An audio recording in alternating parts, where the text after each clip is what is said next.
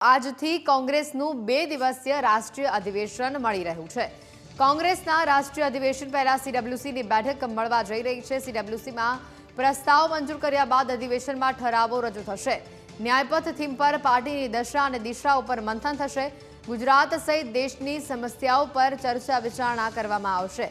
સામાજિક, આર્થિક અને રાષ્ટ્રીય ઠરાવો આજે સીડબ્લ્યુસીમાં રજૂ થશે।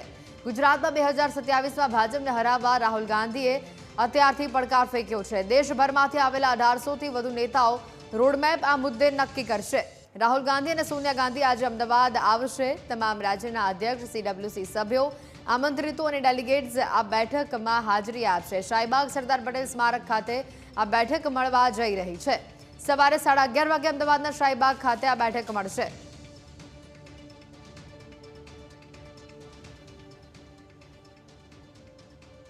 સરદાર વલ્લભભાઈ પટેલ એ ગુજરાત પ્રદેશ કોંગ્રેસ સમિતિના પ્રથમ પ્રમુખ હતા અને સૌથી લાંબો સમય એટલે કે 25 વર્ષ સુધી પ્રદેશ કોંગ્રેસ સમિતિના પ્રમુખ રહ્યા હતા।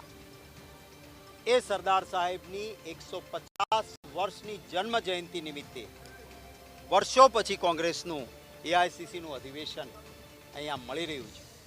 મને ચોક્કસ વિશ્વાસ છે કે ગુજરાતીઓના આશીર્વાદ મળશે અને કોંગ્રેસ પક્ષની આગામી દિવસો માટેની રણનીતિ, સેવા માટેની જે બ્લુપ્રિન્ટ નકશો એ અહીંથી તૈયાર થશે। ગુજરાત માટેની પણ આગામી દિવસોની ભૂમિકા નક્કી થશે।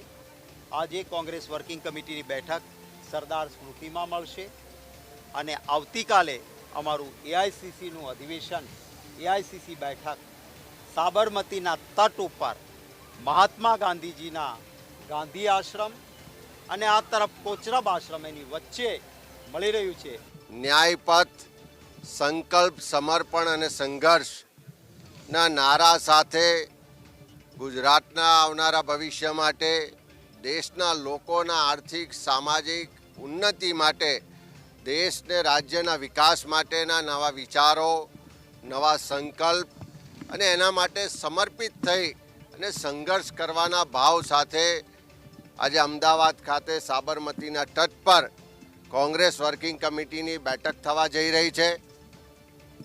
કોંગ્રેસ વર્કિંગ કમિટીની બેઠક માટે ગઈકાલ રાત્રે જ કોંગ્રેસ અધ્યક્ષ આદરણીય ખરગે સાહેબ અહીંયા પધારી ચૂક્યા છે અને ટૂંક સમયમાં વિપક્ષના નેતા, જનનેતા રાહુલજી, સોનિયાજી, પ્રિયંકાજી સહિત અમારું શીર્ષ નેતૃત્વ ગુજરાતની ધરતી પર પધારી રહ્યું છે।